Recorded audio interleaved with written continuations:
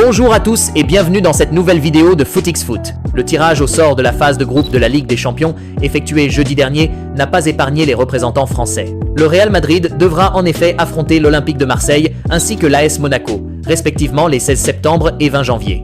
Interrogé après la victoire madrilène contre Majorque 2-1, Aurélien Tchouaméni a évoqué ses futurs rendez-vous. Le milieu international français aurait souhaité que ces deux rencontres se disputent en déplacement.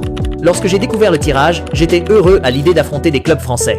Cela m'aurait particulièrement plu de rejouer à Monaco et de découvrir l'ambiance du Vélodrome, réputé exceptionnel. Finalement, nous allons recevoir ces équipes et ce sera aussi un plaisir. Le tirage est intéressant, les confrontations promettent d'être intenses et nous avons hâte d'y être, a déclaré l'ancien milieu monégasque. Le feuilleton autour d'Adrien Rabiot continue d'alimenter l'actualité marseillaise. Si l'origine de cette affaire est encore fraîche dans tous les esprits, une chose est certaine. Roberto De Zerbi n'exclut pas un retour du milieu de terrain dans le groupe olympien.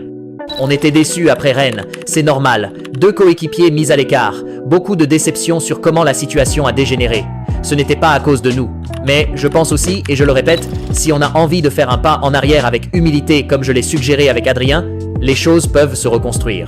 Si les gens sont tenus par leur ego et leur fierté, alors je ne sais pas, expliquait l'entraîneur italien vendredi en conférence de presse. De son côté, Pablo Longoria avait tenu un discours similaire la veille, en marge du tirage au sort de la Ligue des Champions. La porte de mon bureau reste toujours ouverte pour tous les joueurs. Actuellement, c'est un joueur de l'OM, et il y a toujours des possibilités avec un mercato qui se termine bientôt. Parallèlement, le joueur suscite l'intérêt de plusieurs clubs étrangers, notamment en Italie et en Angleterre, avec un AC Milan particulièrement attentif à sa situation.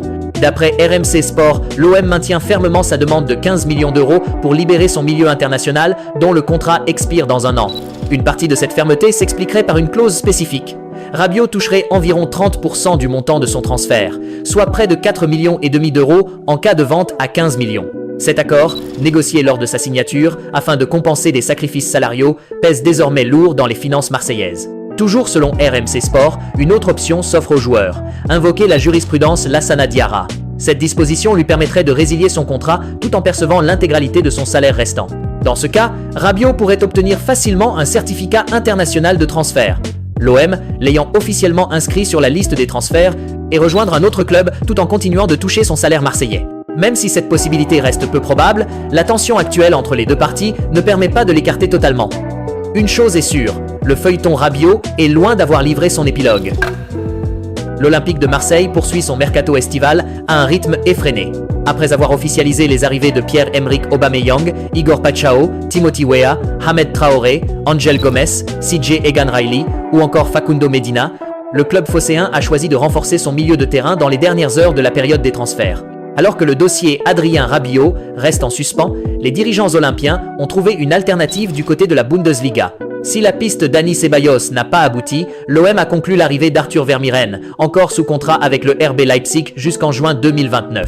Le milieu défensif belge de 20 ans rejoint Marseille dans le cadre d'un prêt assorti d'une option d'achat estimée à 20 millions d'euros. Le nouveau minot du peuple bleu et blanc. Le milieu de terrain international Arthur Vermieren signe à l'Olympique de Marseille, a indiqué le club dans son communiqué officiel. Mesurant 1,80 m, droitier, formé à l'Atlético de Madrid, Vermieren sort d'une saison consistante avec 39 apparitions, toutes compétitions confondues, conclue par 2 passes décisives. Apprécié pour sa polyvalence, sa maîtrise technique et sa vision du jeu, il a su convaincre la direction marseillaise de miser sur lui pour dynamiser l'entrejeu olympien. Déjà international belge à 6 reprises et brièvement suivi par le FC Barcelone, Vermieren poursuit désormais sa progression sous les couleurs marseillaises. Il découvrira prochainement la Ligue des Champions, où l'OM affrontera de prestigieux adversaires, tels que le Real Madrid, Liverpool ou encore Newcastle. Avec ce recrutement, le tandem Benatia-Longoria réalise un nouveau coup d'éclat et confirme les ambitions du club phocéen sur la scène nationale et européenne.